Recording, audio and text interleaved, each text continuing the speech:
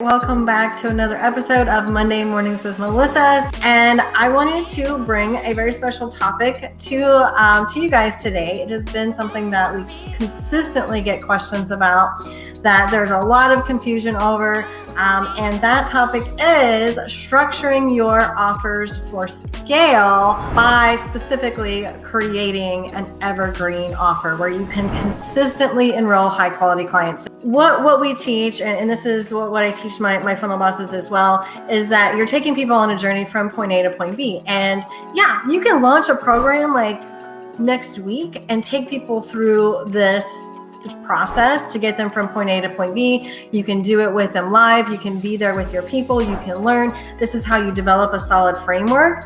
But ideally, where we want everyone to get to is a hybrid approach. Okay, a hybrid approach where you have a pre-recorded element, right? So you got your framework in a pre-recorded fashion, right? Where people can go through these steps as fast as they want, as slow as they want. But you're going to also have a live element as well. And that's also super, super important. We talk all the time about how information is not ever the problem. It's the execution of of that information, right? So what we ultimately want, yes, I suggest everyone go through this process live with your audience at least once. But what we ultimately want is for our knowledge, the information, the how-to, right? The how to get from point A to point B to be pre-recorded, okay? And then the live portion of your offer is the implementation of that, right? And so I always talk about how in order to really get people from point A to point B, that you need mindset, skill set, and tool set, right? And those three are really essential in actually moving the needle. The three things that you can start to implement in your programs that is going to make rolling enrollment successful. Number one is how you onboard them, your onboarding process. Write it down. Your onboarding process, critical. We'll go through that. Number two is the strategy and structure of your curriculum. Okay, the strategy and structure of your curriculum.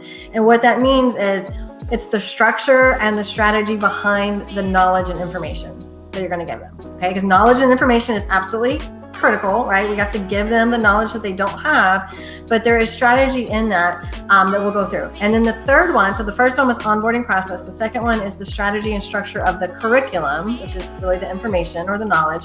And number three is the structure and container of your program, meaning the support structure and the execution and implementation of that information, okay? The onboarding process is absolutely critical because this is where you win or lose with your clients. This is where you win or lose with Evergreen enrollment. This is where you will either be having clients that are all in, that are excited, who show up, or if you don't do this well, you'll be chasing clients. You'll be like, why aren't you doing the work? What are you doing? Why aren't you following the process? And ultimately lose those clients, okay? We don't want you to do that, right? We don't want you to be chasing your clients. We don't want you to be begging them to do the work. We don't want any of that. We want clients who show up, do the work, and we do that with the onboarding process. Super, super, super important, okay? So I want to go over just a couple of the key elements that I want you to think about as you're bringing people on. And think about how your current onboarding process looks like and how you can tweak it to start making it more effective at keeping them on track and working through the journey, right? So number one is in your onboarding process, are you creating, maintaining, and building on the excitement? And the reason that we want to do this is we want to assure our brand new clients who just came on with us that they made the right decision and they are in fact in the right place. Number two is to build relationship and have that connection. So if you follow, again, what I teach as far as filling your group programs, then you've got, you're doing like a live challenge, a live event, something that, you're pouring your heart and souls into them and you're building that relationship and you're building that connection. We want to take that relationship and that connection to the next level in the onboarding process. Number three is your onboarding process reselling them on the vision? that they just made, right? So we have our launch content or your pre-framing content, whatever that looks like for you. You got your pre-framing content over here, right? And you use this, like this is like your dressing room, right? I always call it like the mini A and the mini B, right? And people get really, really excited, and then they come in and the reality sets in that they just made this commitment, they just made this financial investment in themselves. And what we need to do, what happens here is that now they got to do the work, right? Now they got to show up and actually do the things that are going to move the needle. We want to continuously be reselling them on the vision. Okay. Now they're here and they're at point A and they've made the scary decision and they're excited, but they're scared. So in your onboarding process, are you reselling them on the point B, right? The reason why they said yes to themselves. Okay, so if a bunch of people coming in at the same time, you got a bunch of people coming in at the same time, it's fairly straightforward to be like, okay, let's all take step 1 together. And then let's take step 2 together, right? And on and on and on. But when you have rolling enrollment, where people are going to be coming in and there's going to be people that are all different stages of this journey, then you have to show them where inside of your framework to plug into. You have to give them their first initial steps.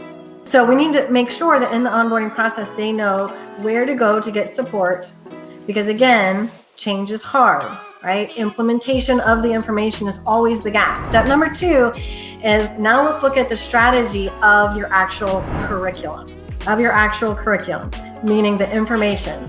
So what I want you to do is I want you to start with your point B, where you're taking people, and I want you to reverse engineer what needs to happen knowledge-wise, right, and skill-wise to get there. So what knowledge, what actual information do they need in order to get from point A to point B?